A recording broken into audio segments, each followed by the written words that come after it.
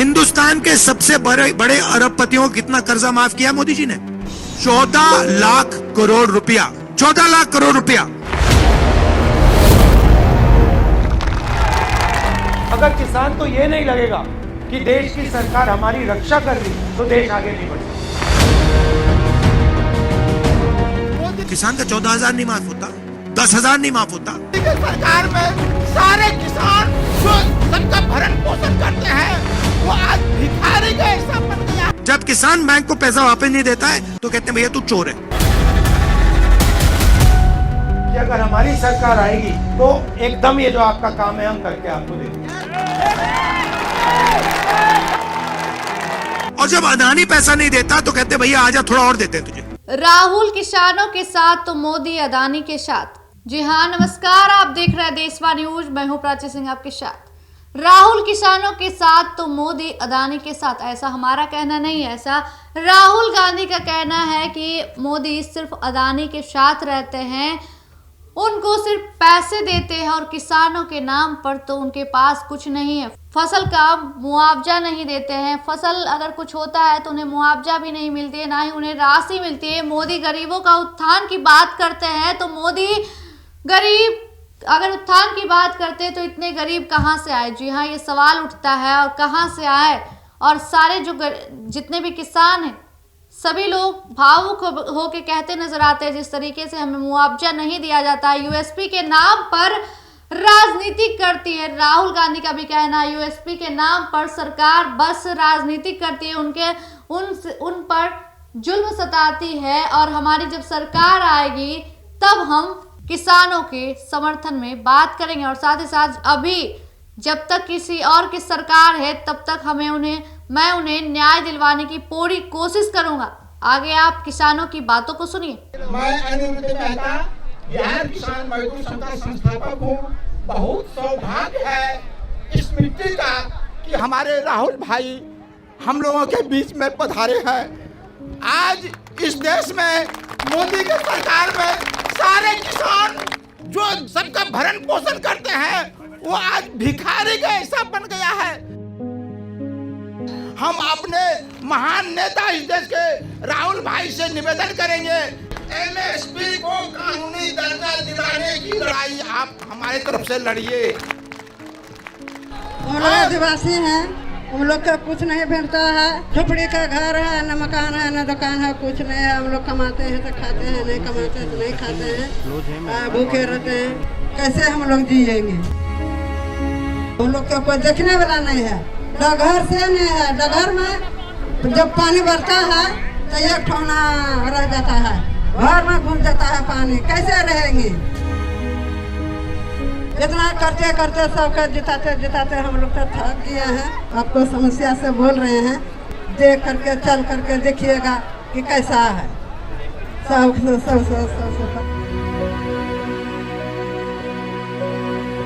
दिन ब दिन नीचे से नीचे गिरते हुए चला जा रहा है, और वो आपके सामने खुद दिखाई दे रहा है कि कितना कमज़ोर सब 10 बीघा 12 बीघा 15 बीघा खेती करने वाले लोग हैं। लेकिन सबका हालात को आप देख रहे हैं, अपने सामने देखिए कितने कमज़ोर और नहीफ हैं। मजबूर होकर के ये किसान का आल औलाद पंजाब, दिल्ली, हिमाचल प्रदेश या दीगर दूसरे जगह जा रहे हैं, जो बड़ी दुख की बात है। और हम लोगों को एमएसपी तो सिर्फ सुनाई देता है, इसका कहीं दूर तक कहीं कोई अता पता नहीं चल रहा है।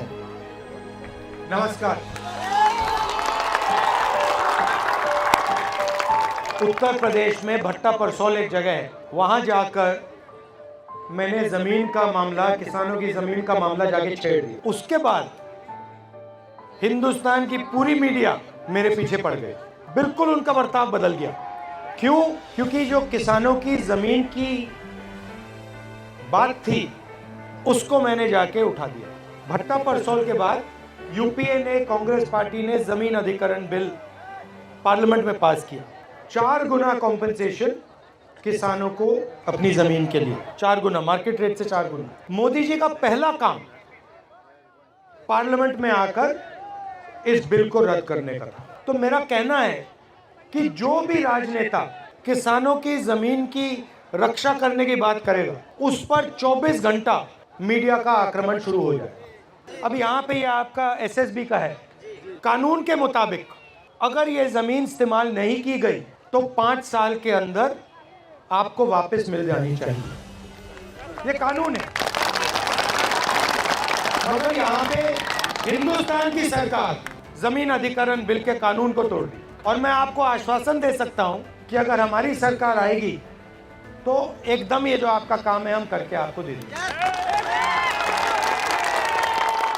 किसानों को चारों ओर से घेरा जा रहा है, आपकी जमीन छीनी जा रही है, आपसे जमीन ली जाती है, अदानी जी जैसे बड़े बड़े उद्योगपतियों को फ्री में तोहफे जैसे गिफ्ट में दी जाती है। दूसरी तरफ से खाद, बीज, इन चीजों में आप पर दबाव डाला जाता है, आपसे पैसा छीना जाता है। और अजीब सी बात है, मगर अरबपतियों के 14 लाख करोड़ रुपए कर्जा माफ हो सकता है, माल्या का कर्जा माफ हो सकता है, अदानी का हो सकता है, इन सब का हो सकता है, मगर किसानों का कर्जा माफ नहीं हो सकता। हिंदुस्तान के हर नागरिक की कम से कम प्रोटेक्शन होनी चाहिए।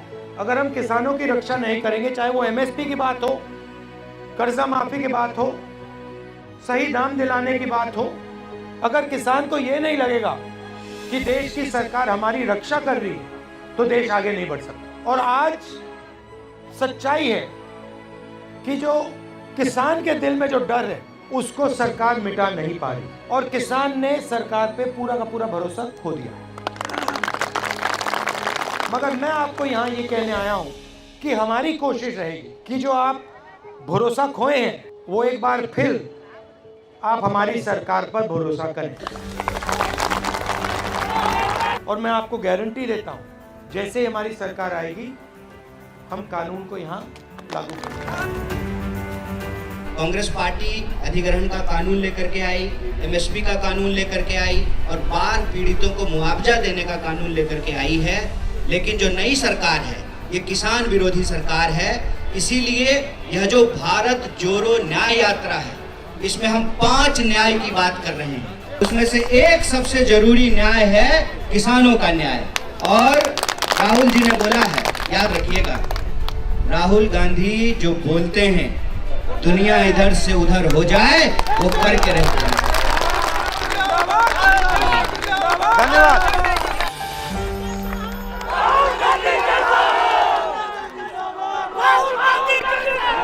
तो आपने साफ तौर पे सुना, वो भावुक होके कहते नजर आ रहे थे, हमें फसल का भी बीमा नहीं मिलता, ना ही घर है ना ही कुछ है, फसल हमारा है उसका सही दाम भी नहीं मिलता, ना ही हमारे पास घर है ना ही हमारे पास झोपड़ी है। जिस तरीके से हम लोग व्यतीत करते हैं अपना जीवन, सरकार किस तरीके से गरीबों का उत्थान कर रही है। जी हाँ, जिस तरीके से मोदी गरीबों का उत्थान की बात करते हैं, घर आवास की बात करते हैं, किसान की बात करते हैं, तो किसान को कोई मुआवजा नहीं मिल रहा है, तो ऐसे में किसान कुछ भी कर सकते हैं। और राहुल गांधी इनके समर्थन में उतर चुके हैं। आप जानते हो हिंदुस्तान के सबसे बड़े अरबपतियों को कितना कर्जा माफ किया मोदी जी ने? कितना? ना, 14 लाख करोड़ रुपया। 14 लाख करोड़ रुपया। किसान का 14,000 नहीं माफ होता, 10,000 नहीं माफ होता। और क्या कहते हैं, जब किसान डिफॉल्ट करता है, जब किसान बैंक को पैसा वापस नहीं देता है, तो कहते हैं भैया तू चोर है। और जब अदानी पैसा नहीं देता तो कहते हैं भैया आजा थोड़ा और देते हैं तुझे।